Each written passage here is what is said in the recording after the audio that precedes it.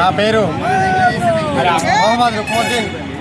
ఈరోజు నేను జిల్లా వైద్య ఆరోగ్య శాఖ అధికారి కార్యాలయం హనుమకొండలో డిస్ట్రిక్ట్ ప్రోగ్రామ్ ఆఫీస్ ఎన్హెచ్ఎంగా విధులు నిర్వహిస్తూ ఉన్నాను.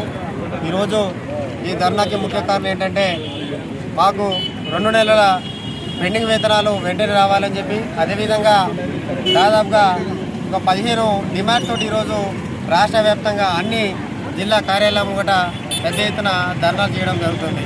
ఈరోజు ఈ పెండింగ్ వేతనాల గురించి రాష్ట్ర ప్రభుత్వాన్ని అడిగితే వాళ్ళు ఈరోజు ఐఎఫ్ఎంఐఎస్ అని చెప్పి పోర్టల్లో కొంచెం వెసులుబాటు ఉన్నది, దానికి కొంచెం సమస్యలు ఉన్నాయి కాబట్టి వాటి ద్వారా కొంచెం డీలే అవుతుంది. వాటి త్వరలో మేము ఈరోజు చేసి మీకు 2 నెలల పెండింగ్ వేతనాలు వెంబటే చెల్లిస్తామని చెప్పి సందర్భంగా చెప్పడం జరుగుతుంది వాళ్ళు. కానీ ఈరోజు నేను ఒకటే వాళ్ళు అడుగుతాదలుచుకున్నాను.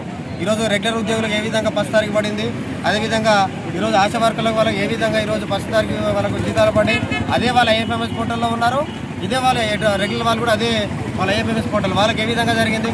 వాళ్ళు లేని ఈరోజు సమస్య ఈరోజు ఎన్హెచ్ఎం ఉద్యోగుల మీద ఎందుకు ఇది వస్తుందని చెప్పేసి